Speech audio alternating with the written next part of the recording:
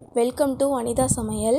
முருங்கைக்காய் மசாலா செய்கிறதுக்கு மண் சட்டியில் எண்ணெய் சேர்த்துருக்கேன். எண்ணெய் சூடானதும் சின்ன வெங்காயம், பூண்டு, இஞ்சி, தக்காளி சேர்த்துட்டு நல்லா வதக்கிடணும்.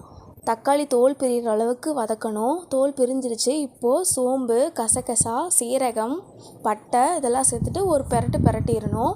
அதுக்கப்புறம் மசாலா சேர்க்கணும். மஞ்சத்தூள், மிளகாத்தூள், மல்லித்தூள், கொஞ்சமாக கரம் மசாலா, உப்பு சேர்த்துக்கணும்.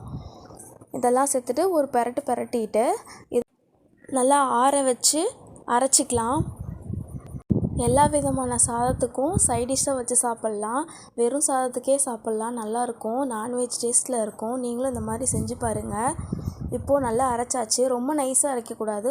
தாளிக்கிறதுக்கு ஃபஸ்ட்டு எண்ணெய் சூடானதும் கருவேப்பிலை, முருங்கைக்காய், சாந்து அரைச்ச தண்ணியை ஊற்றி உப்பு லைட்டாக போட்டு வேக வச்சுருக்கேன்.